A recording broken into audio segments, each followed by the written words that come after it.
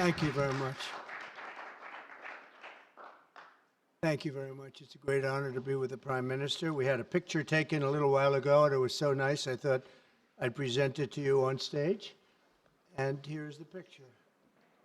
I wish I was as handsome as him, but I'm not.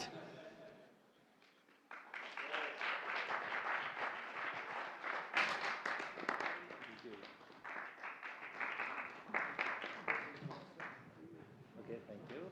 Oh.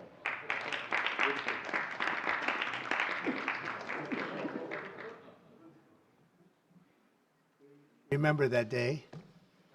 Thank you very much, everybody. Appreciate it. I'm delighted to welcome Japanese Prime Minister Ishiba Shigeru to the White House for the first time. And Prime Minister, it's an honor to have you with us, a great honor. Japan is a great country. Thank you very much. Japan is strong and proud. It's a nation that is home to one of the great civilizations in the history of the world.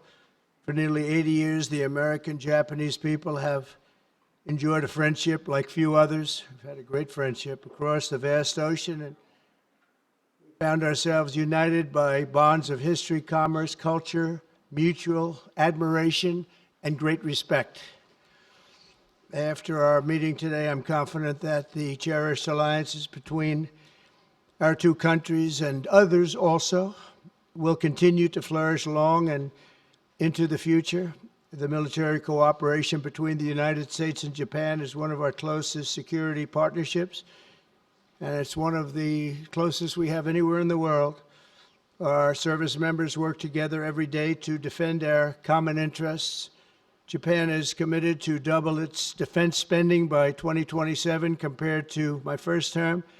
They've invested a lot of money because of my first term. We worked on that very hard with Shinzo. You know, the great Shinzo Abe, and we look forward to seeing even more so. Shinzo and I worked very, very long and hard, and those numbers are very reflective after my first term. And now they're going up very substantially based on our conversations today.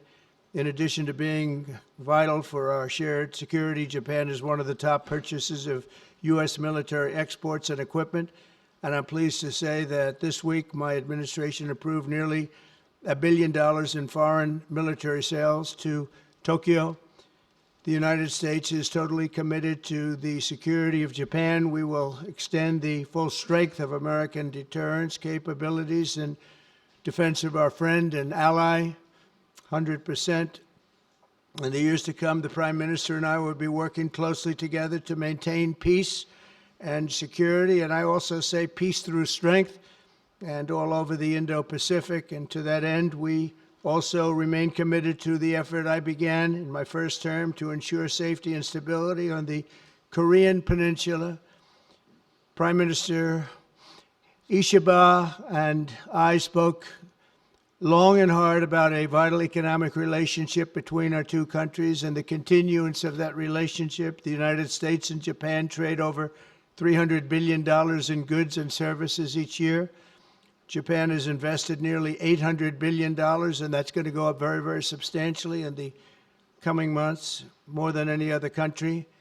And they're going to have some competition. We have a lot of people coming in and investing in the United States. I think the feeling throughout the world has never been stronger about this country. As a result of our victory in 2024, the presidential election, the Japanese investment and technology giant SoftBank announced plans to invest between $100 and $200 billion. And we have many other companies investing that number, higher than that number, some a little bit less, but we have trillions of dollars of investment pouring into our country now that you didn't have just a short while ago. Today, our teams discussed how our two nations can do even more to stay on the cutting edge of artificial intelligence, along with the quantum computing, semiconductors, and other critical technologies. And they're coming out. The problem with technology, that kind, it's obsolete in about 2 days, so we have to start all over again. Doesn't last long. We agreed to cooperate even more closely to combat the Chinese economic aggression, which is quite aggressive. I'm also pleased to announce that Japan will soon begin importing historic new shipments of clean American liquefied natural gas in record numbers. It'll be record numbers. With our Secretary of the Interior, we were talking, I think Doug is here. Hello, Doug. Please stand up, Doug. Doug Burgum, everybody. We're talking about the pipeline in Alaska, which is the closest point of major oil and gas to Japan by far, less than half the distance of any other location. We're talking about a joint venture of some type between Japan and us, having to do with Alaska oil and gas, and that's very exciting. They're very excited about it, so are we. As we deepen our economic relationship, I made clear that the United States will be conducting trade with all countries based on the principle of fairness and reciprocity. Chronic trade deficits not only undermine our economy, they really do, and we're going to get rid of the trade. We have a trade deficit with Japan of over $100 billion, but we're going to work that out, and I think very quickly, frankly. We can do it just on oil and gas. We can work it out, so we intend to do it very quickly. We both understand that. And as America welcomes new foreign investment, we also want to ensure that companies build their products and factories here in America, not simply buy the assets that we have. And Japan is going to be opening up auto plants. New auto plants are being built currently as we speak. They've just been started. Toyota is one, and Nissan's going to be doing something very exciting about U.S. Steel. They'll be looking at an investment rather than a purchase. We didn't like the idea. U.S. Steel is a very important company to us. It was the greatest company in the world for 15 years, many years ago, 80 years ago. And we didn't want to see that leave. And it wouldn't actually leave, but the concept, psychologically not good. So they've agreed to invest heavily in U.S. Steel as opposed to own it. And that sounds very exciting. And we're going to meet with Nissan next week, the head of Nissan, very great company, and they'll work out the details. I'll help. I'll be there to mediate and arbitrate. And I had the privilege of working closely with the great Prime Minister, as you know, and you know him very well, Shinzo Abe, the longest-serving Prime Minister in Japan's history. Likewise, I expect that this Prime Minister is going to be a great one. I really believe that he's going to be a great one. I've gotten to know him for not long, but I can see what they have. He's got the qualities of greatness. He's going to do a fantastic job for Japan and for the Japanese people. And I'd like now to invite the Prime Minister to say a few words, and then we'll take some questions. Mr. Prime Minister, thank you. Thank you very much.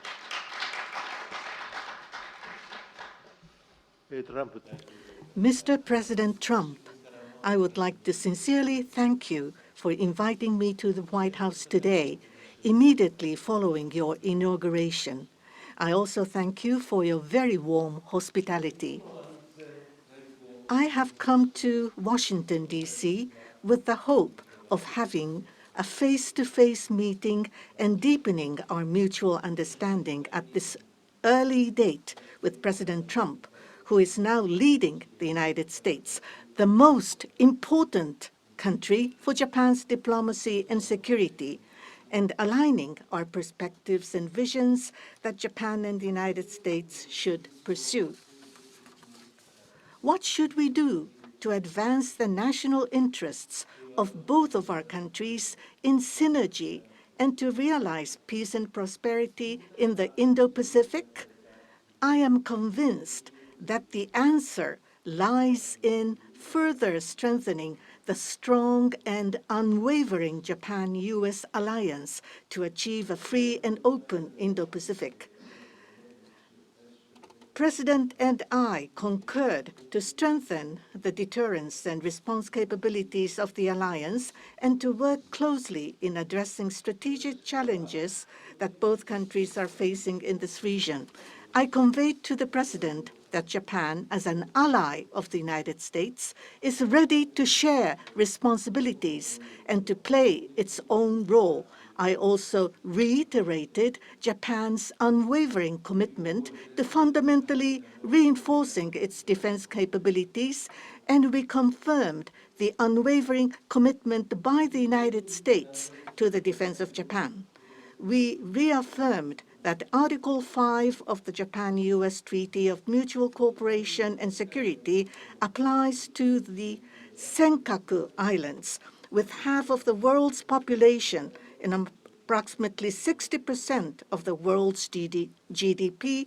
The Indo-Pacific serves as the engine of growth and vitality for Japan, the United States, and the world. President and I also concurred that the United States and Japan will make further efforts in a wide range of areas, working hand in hand together to realize a free and open Indo-Pacific. In this context, we also concurred to further advance cooperation of the multi-layered networks of the like-minded countries, including the Quad, and trilateral cooperation with the Republic of Korea and the Philippines. We also discussed Japan-United States cooperation to bring about growth and prosperity. Economic cooperation, including on economic security, is important from the perspective of strengthening alliance cooperation. Japan is the closest economic partner of the United States and has been the world's largest investor in the United States for 5 consecutive years. Also, with the inauguration of President Trump, the momentum for Japanese companies to invest in the United States is growing even stronger.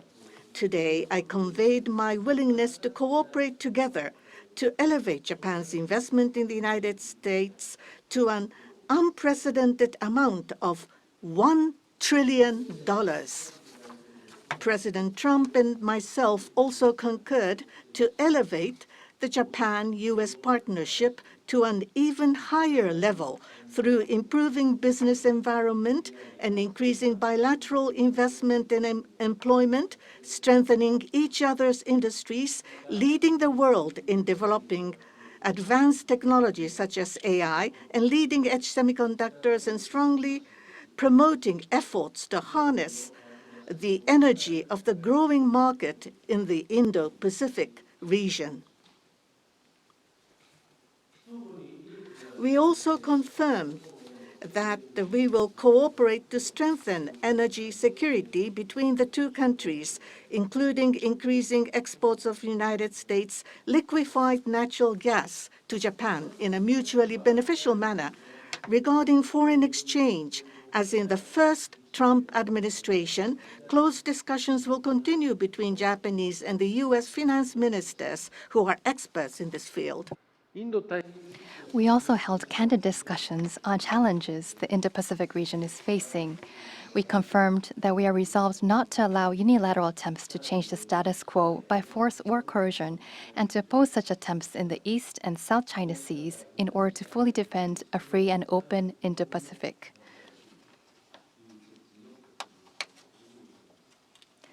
We also reiterated the importance of peace and stability across the Taiwan Strait. Regarding North Korea, we affirmed the need to address its nuclear and missile program, which poses a serious threat to Japan, the U.S., and beyond, and that Japan and the U.S. will work together toward the complete denuclearization of North Korea.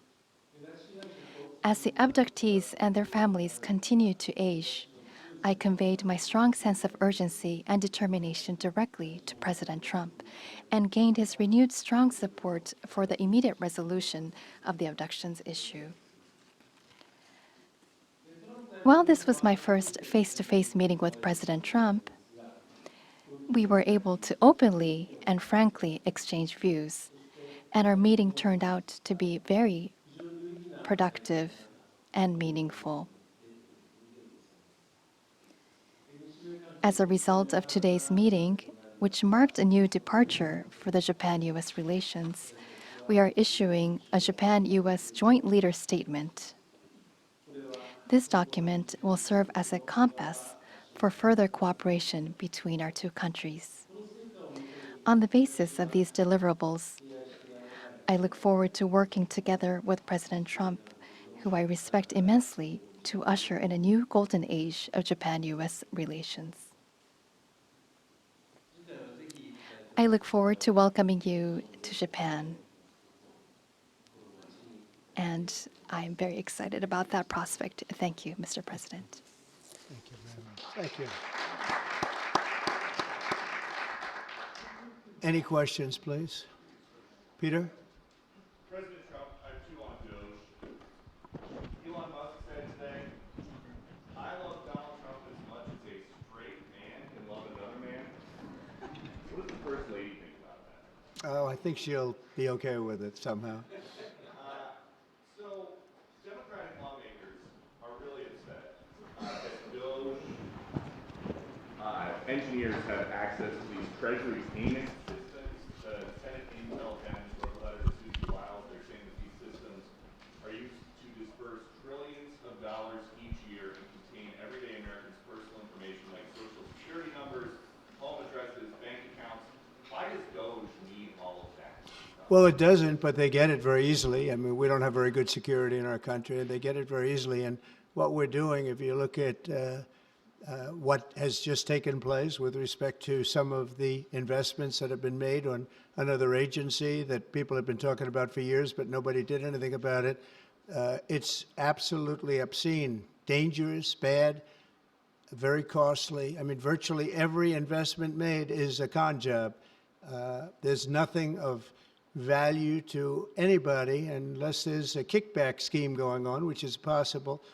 And we're going to be doing more and more of that. We're going to be looking at Department of Education. We're going to be looking at even our military. We're going to be looking at tremendous amounts of money, Peter, being spent on things that bear no relationship to anything and have no value. We're talking about trillions of dollars. It will be, in the end, trillions of dollars being absolutely wasted, and perhaps illegally. I would say certainly in many cases illegally, but perhaps illegally overall. And I'm very proud of the job that this group of young people, generally young people, but very smart people, they're doing. They're doing it at my insistence. It would be a lot easier not to do it, but we have to take some of these things apart to find the corruption. We found tremendous corruption. You mentioned the Department of Education. What did you think when you saw Democratic lawmakers trying to get into the Department of Education earlier today? Oh, I see the same ones. I see Maxine Waters, a lowlife. I see, all these people. They don't love our country. They don't love our country. We want great education. So they rank 40 countries in education. We're ranked dead last. But the good news is we're number one in one category. You know what that is? Cost per pupil. We spend more per pupil than any other country in the world. You look at Norway, Denmark, Sweden, various countries all up and down, Finland, China does very well in education. And then you look at us. We spend much more money than they do per pupil or any other way. But we spend much more money than they do, and yet we're ranked this year, Biden's last year, congratulations, Joe, we're ranked dead last. So what I want to see is education. Number one, I like choice. We all like choice. But beyond choice, long beyond choice, I want to see it go back to the states where great states that do so well have no debt. They're operated brilliantly. They'll be as good as Norway or Denmark or Sweden or any of the other highly ranked countries. They'll be, you probably have 35 to 38 states will be right at the top. And the rest will come along. They'll have to come along competitively. And by the way, we'll be spending a lot less money. And we'll have great education. As part of this Doge talks about the cutting effort, one of the Doge engineers was fired for some inappropriate posts. The vice president says, bring him back. What do you say? Well, I don't know about the particular thing, but if the vice president said that, did you say that? I'm with the vice president. Thank you, Peter. Yeah, go ahead, please. Yes, red dress. Thank you so much, Mr. President. Just how strong do you want Japan's military to be?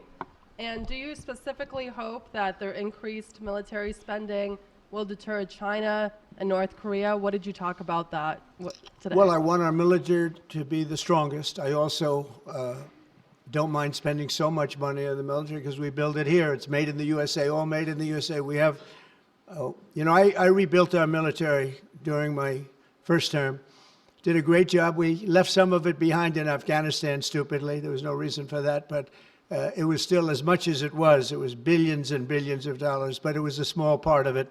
But we're going to have the strongest military by far. We have great people. I want to congratulate Pete Hegseth for having gone through the gauntlet. He went through a lot, but he got through, and he's going to be a tremendous, I have no doubt he's going to be a tremendous leader. And other of the leaders sitting here, they're in their own fields. We're going to do something very, very, very great, and we expect great things. But I expect the strongest military by far in the world, far stronger than China, far stronger than anybody, and that's the way it is. Thank you very much. Would you like to ask a question, please? Go ahead. Thank you, Mr. President. Thank you. This is Hiramoto from Nippon Television. My question, let me ask two quick questions. Sure. First, this is the first meeting between Mr. President and Prime Minister Ishiba. So what kind of impression do you have on him? And number two, do you have an idea or do you have a plan to impose tariff against Japan so far? Thank you. I think that he is going to be a great prime minister. I think he's a very strong man, very, very strong. I have great respect for him. I've known him for a long time through a reputation. Shinzo Abe thought the world of him, and I think he's going to do a fantastic job as prime minister. A very strong person. I wish he wasn't so strong. I wish he was a little bit weaker than that, but that's what I got. I have to get strong guys all the time. He's going to be a great prime minister. I also, in terms of tariffs, I mean, we're going to have tariffs, mostly reciprocal tariffs, where we go with, and I'm going to be probably meeting on that Monday or Tuesday, have an announcement, probably a news conference, but probably reciprocal tariffs where a country pays so much or charges us so much, and we do the same. So very reciprocal, because I think that's the only fair way to do it. That way, nobody's hurt. They charge us, we charge them. It's the same thing. And I seem to be going in that line as opposed to a flat fee tariff. Okay? Yes, go, please. Please, go ahead. Why don't you go ahead?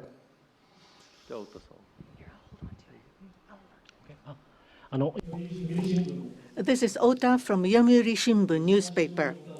I have a question for Prime Minister Ishiba. So this is your very first summit meeting. What was your impression of President Trump? Were you able to build a good relationship of trust and confidence? In Northeast Asia, there are many challenges, China, North Korea, and so forth. And with President Trump, what did you appeal to him, and what kind of understanding were you able to obtain? On the economic field, there is the acquisition of U.S. Steel, the buy Nippon Steel, and there are expansion of import of LNG. What were the communication discussion did you have with President Trump? For the $1 trillion of investment from Japan to investment, what was his reaction? What about your communication on tariff front? This is the first time that I met with President Trump in person. So this was the first time meeting face to face. But for many, many years, I have watched him on television. So it was quite I was so excited to see such a celebrity on television, to see in person. On television, he is frightening. And he has a very strong personality. But when I met with him, actually, he was very sincere and very powerful and with strong will for the United States as for the whole world. I was able to feel that. This is not the sort of polishing or trying to suck up to him. For the world peace and for the regional stability that both of our countries need to play our role and make our endeavors and responsibility. As for the increase of our defense expenditures, it is not that we are told by the United States to do so. Japan, on our own decision, and on our own responsibility, we need to increase our defense expenditures. But of course, we need to communicate and consult with the United States. But the responsibility is with Japan, and the decision is with Japan. Now, on the tariffs, that if it is mutually beneficial, tariffs need to be set. And as for Japan, as Mr. President has introduced to us, an unprecedented investment will be made from Japan to the United States, and so many jobs will be created. So $1 trillion is the target. And this will be to the benefit of the United States, but also to the benefit of Japan as well. Investment is mutually beneficial.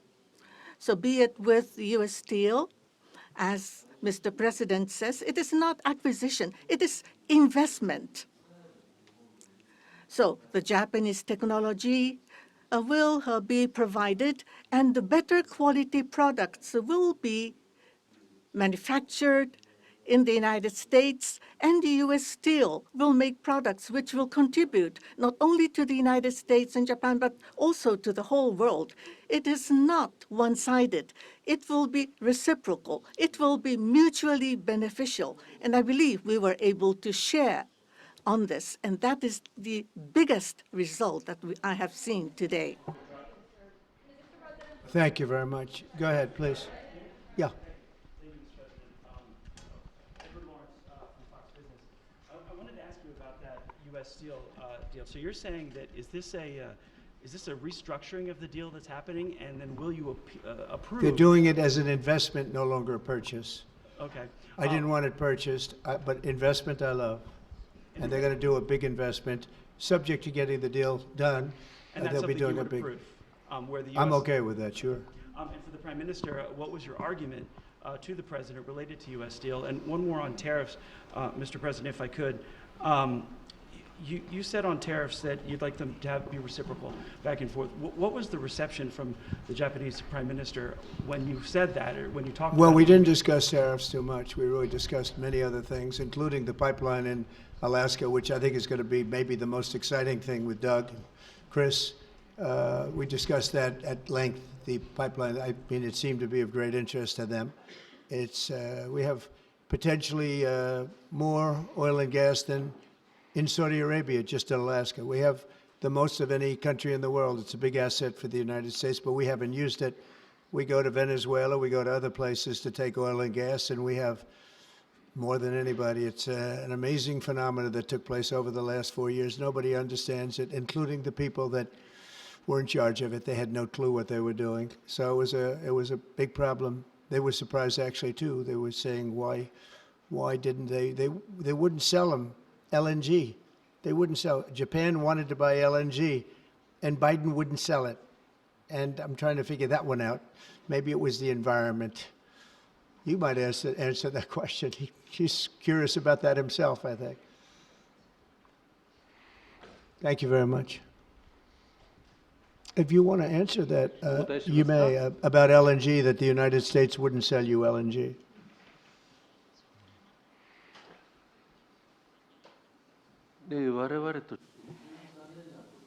That was a really unfortunate thing, but the current administration, the previous administration was not allowing the LNG to be exported to us. I believe that President Trump, on the day of his inauguration, allowed us to resume this importing. I think this is something that is really wonderful for us. And as the country of Japan, we are interested in importing not just LNG, but also bioethanol, ammonia, and other resources at a stable price, a reasonable price from the United States. And we also want to improve the trade deficit that the U.S. has towards Japan. So if we are able to buy those at a stable and reasonable price, I think it would be a wonderful situation. And for that, I am very appreciative to President Trump. And we also look forward to LNG and hope that it's a success. I want to just say that, on the ethanol, Iowa is going to be very happy. All of the Nebraska, all of our farm states are going to be very happy. They want ethanol, and we'll be able to provide it. So our farmers, who I like and they like me, I think they're going to be very, very happy. We've opened the sale of LNG immediately, actually. We did it a few days ago. And China, right now, not only China, everybody wants to buy it. We have more than anybody, and they're all buying it. But Japan in particular, we're very happy that they're going to start immediately. And we can supply it to the world, but we're supplying it to Japan, and they're going to always be right up in the front of the line. Yeah, go ahead, please. Go ahead. Thank you so much. And Mr. Prime Minister, I have a question for you as well, but Mr. President, I'll start with you. Well, quickly to follow up on what Peter was asking, have you directed Elon Musk to review Pentagon spending, given it's the biggest discretionary spending Yes, I in the have federal Pentagon, education, just about everything. We're going to go through everything, just as it was so bad with what we just went through with this horrible situation we just went through. And I guess 97% of the people have been dismissed. It was very, very unfortunate. You're not going to find anything like that, but you're going to find a lot. And I've instructed him to go check out education, to check out the Pentagon, which is the military. And, sadly, you'll find some things that are pretty bad. But I don't think proportionally you're going to see anything like we just saw. FBI has turned over a list to the Justice Department of the FBI agents who worked on the January 6 rioters cases. Are you planning to fire the FBI agents who worked on those investigations? No, but I'll fire some of them because some of them were corrupt. I have no doubt about that. I got to know a lot about that business, that world. I got to know a lot about that world, and we had some corrupt agents, and those people are gone, or they will be gone, and it'll be done quickly and very surgically. Did you have a question for the Prime Minister? Talk up. Are those the ones who worked on the January 6th? I don't know. I know we have some that are very corrupt and we don't like it. We're going to bring back the reputation of the FBI. Kash Patel is going to do a great job, and we're going to bring back the reputation of the FBI, which has been hurt very badly. It's been devastated over the last 4 years. You have just been meeting for the first time with President Trump. The last administration famously did not have hardly any, if at all, contact with North Korea. President Trump certainly did the last time he was in office. Would you like to see him resume that contact and also that in-person meeting that he had with the North Korean leader, Kim Jong-un?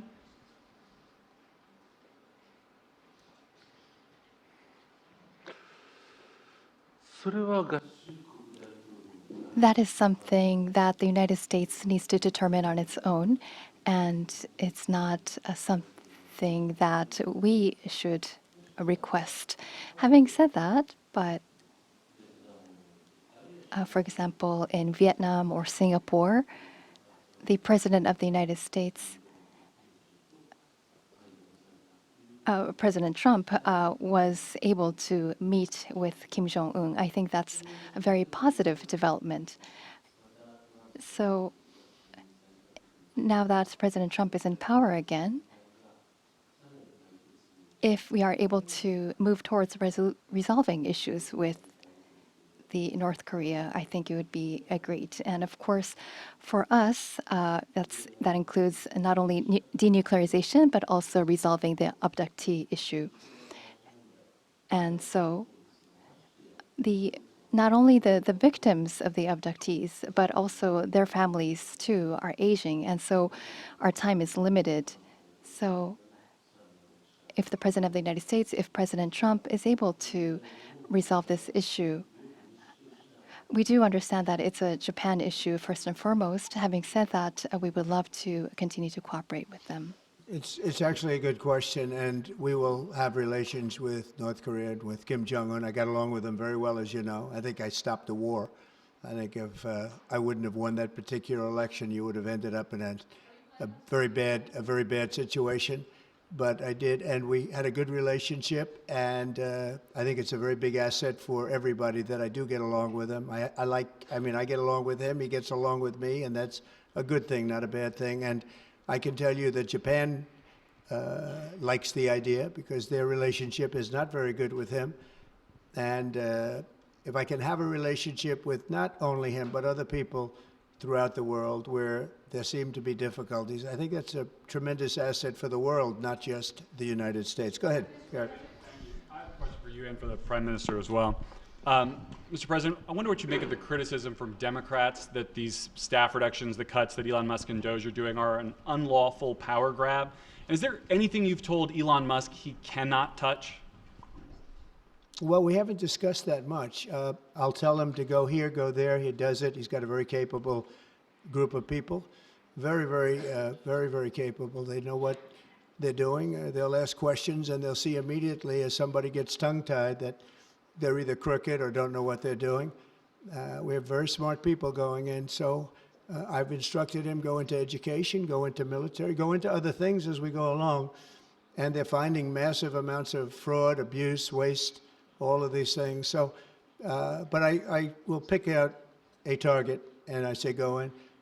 There could be areas that we won't, but I think everything's fertile. You know, we're a government. We have to be open. And as an open government, I don't know, I guess you could say maybe some high intelligence or something. And I'll do that myself if I have to. But generally speaking, I'll just say go. But he will be looking at education pretty quickly, and he will be looking at military too. As you know, the bulk of federal spending is Social Security, Medicare, programs like that. Would you like to see him look at those programs as well? Well, they don't really have to be looked at by him. They can be looked at by us. Social Security will not be touched. It'll only be strengthened. We have illegal immigrants on Social Security, and we're going to find out who they are and take them out. We have illegal immigrants in other Medicare. We've found a lot of bad people, a lot of people that shouldn't be on, that were put on through California. A lot of them come out of California. We're not going to stand for that. So we're going to strengthen our Social Security, et cetera. We're not going to touch it other than to make it stronger. But we have people that shouldn't be on, and those people we have to weed out. Most of them, or many of them so far, have been illegal immigrants. They shouldn't even be in the country. Do you have a question for the Prime Minister? I do. Mr. Prime Minister, the President's affinity for tariffs is well known. If the U.S. places tariffs on Japanese imports, would Japan retaliate?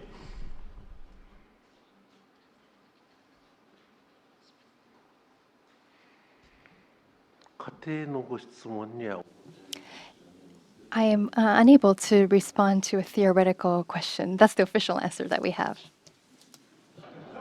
That's a very good answer. Very good answer. Wow. That's very good. He knows what he's doing. Thank you very much, everybody. Thank you. Thank you.